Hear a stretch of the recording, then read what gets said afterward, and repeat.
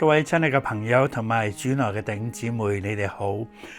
我哋今次呢，趁住每年一度紀念耶穌嘅受難同耶穌嘅復活，又同你嚟到去分享呢啲好重要嘅信息。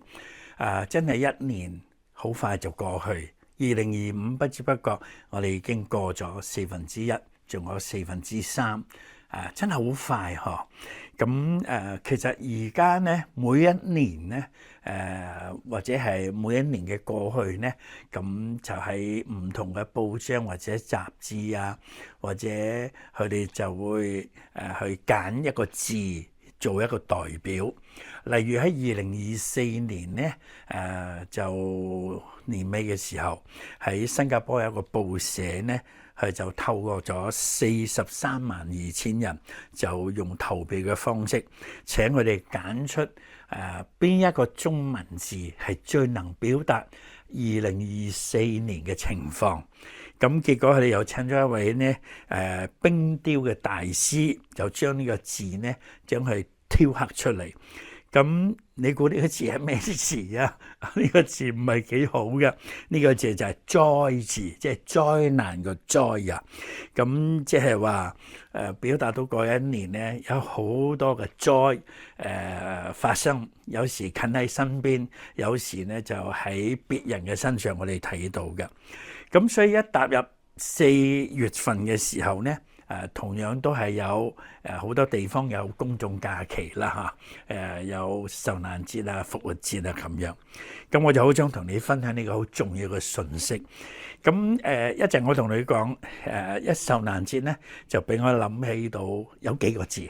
呢個字咧係好積極嘅，好能夠振奮我哋嘅心啊嚇！咁請你留心聽嚇。咁我先講一講，聖經記載呢，受難節嘅時候呢，耶穌就被釘死十字架啦。咁耶穌死嘅時候呢，就有一個人就係攞耶穌嘅屍體就葬喺個墳墓裏邊。咁我哋就一諗個墳墓就喺地裏邊嘅，咁就擁埋去。咁其實呢，喺當時喺中東嘅地方呢，嗰個墳墓唔係咁樣嘅。嗱，我讀呢幾節聖經俾你聽啊。佢話咧，有一個人咧，佢叫做約瑟，佢係個義士，為人善良公義嘅。咁眾人所謀所為呢，佢冇服從喎。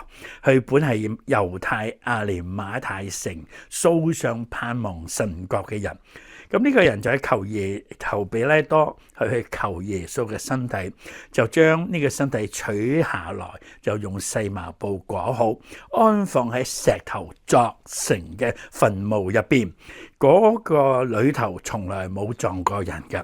咁一換句説話講呢，當時嘅墳墓呢係喺一嚿石頭嗰度，然後鑿咗一個空洞出嚟，咁就將嗰個屍體擺咗落嗰個石洞嘅當中。嗱，呢一個就係當時佢哋嘅墳墓係咁嘅。咁喺呢個受難節呢，喺聖經就俾我諗起有幾個字嚇。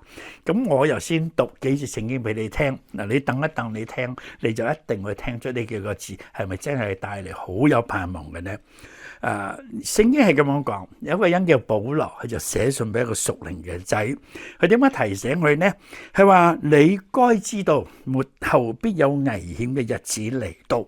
哇！末後有危險嘅日子嚟到，因為嗰時人要專顧自己，跟住有好多嘢發生啦。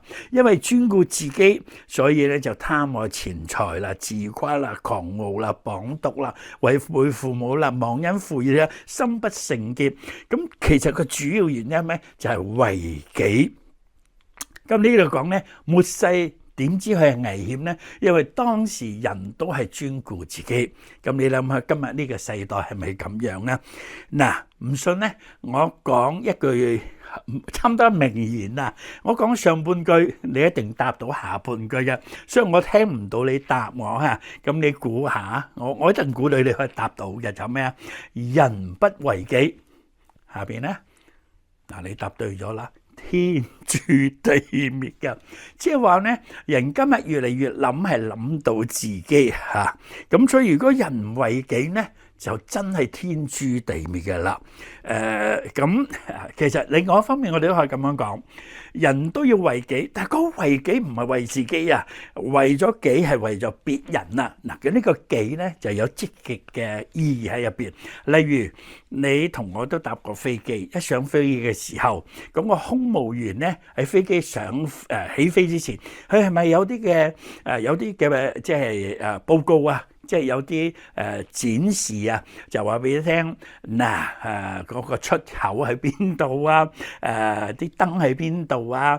咁如果遇上有問題咧，係嗰個氧氣罩會自動跌落嚟嘅。咁啊點樣？一跌落嚟咧，你第一要自己吸好。即係攞個氧氣罩吸好，然之後你再俾你個細路嚟到吸。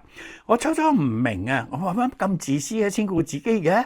哦，有道理啊，因為喺呢個情況底下咧，如果我做大人、做爸爸、做媽媽，唔先將自己顧好、吸好，然後先再俾個細路，而你一下就俾個細路咧，咁死啦！到你要吸，你已經冇，一嚟唔切，已經即係嘛，已經去到一個嚴重嘅時候，你要吸都吸唔到，咁個細路存活，但係你冇咗，咁細路以後嘅日子點咧？我諗下，又真係好有意思喎，又係啱嘅。但係呢個為己係為咗要幫助其他人，咁呢個己咧就唔係自私嚟嘅。但係而家嘅己唔係啊，就係為自己嘅啫。嗱，我頭先同你講有幾個字係咪好能夠去幫助我哋咧？嗱，呢幾個就咩？係擔當，係承擔，係代替嚇。咁呢幾個字咧，其實記載喺邊度咧？記載喺聖經嘅。聖經咁樣講，他就係指耶穌基督被掛在木頭上。佢做乜嘢要被掛在木頭上咧？係親身擔當我哋嘅罪。叫我哋既然喺罪上死，就可以喺義上活，因為佢受嘅鞭傷，我哋得咗醫治，係咪好有盼望啊？原來耶穌嚟呢個世界，佢最後被釘十字架，係為邊個呢？係他被掛在木頭上，係擔當你同我嘅罪。仲有聖經都係咁樣講嘅。聖經又點樣講呢？佢話俾我哋聽，佢話十字架唔係一個故事咁簡單，佢誠然擔當我哋嘅憂患。嗱，呢度又講咩？擔當我哋嘅憂患，背負我哋嘅痛苦，但係我哋卻以為咩？受責罰，俾神擊打苦待了。你有冇留意擔當？同埋先話佢被掛在木頭上，親身擔當咗我哋嘅罪。罪指乜嘢呢？就係我哋犯錯，我哋明知唔啱又偏偏去做，真係苦啊！咁好多人話我要靠自己，我一定能夠行善嘅。你唔知有冇聽過佢嘅說話呢？聖人都咁樣講，佢話呢，一生行善善不足，一日行惡惡有餘。唔怪之得我哋要不斷嘅嚟到去做行善去補贖，但我哋仍然唔能夠嚟到去脫罪。但係感謝耶穌基督，佢被掛在木頭上，係要講一件事俾你聽，佢擔當咗你嘅罪，就得罪上帝、得罪人、得罪自己。佢同你擔當咗啦，你唔使再自己擔當，你只要相信接受，你就能夠得到赦罪。呢個係咩件好妙啊？係一件好開心嘅事啊！有人代替咗我。十字架上嘅兩個大賊，一個就係要自己擔，一個就咩呢？耶穌啊，求你紀念我。耶穌話：我就係為你呢啲有罪嘅人擔當你被釘十字架，所以今日你要同我喺樂園裏邊啦，親愛嘅各位。保羅先生好清楚嘅睇到一件事，係話耶穌基督愛我，嗰個愛表現喺邊度啊？為我捨己。人不為己，天誅地滅。但係耶穌為咗愛我哋，為我哋捨己釘十字架，所以我哋先有永生嘅盼望。趁住呢個受難節嘅時候，你願唔願意再一次接受耶穌基督，讓佢代替你所犯嘅一切罪，你去得到釋放，去得到自由。呢個係聖經所講嘅。他被掛在木頭上，親身擔當我哋嘅罪。你願意嗎？願意，請你跟我一齊祈禱。親愛嘅主耶穌，原來你被掛在木頭上，係親身擔當我嘅罪，我多謝你，我願意相信你，求你赦免我所犯嘅一切罪，俾我成為新造嘅人。我咁樣祈禱，奉耶穌基督嘅名，阿門。願上帝賜福你，我哋下一次再見。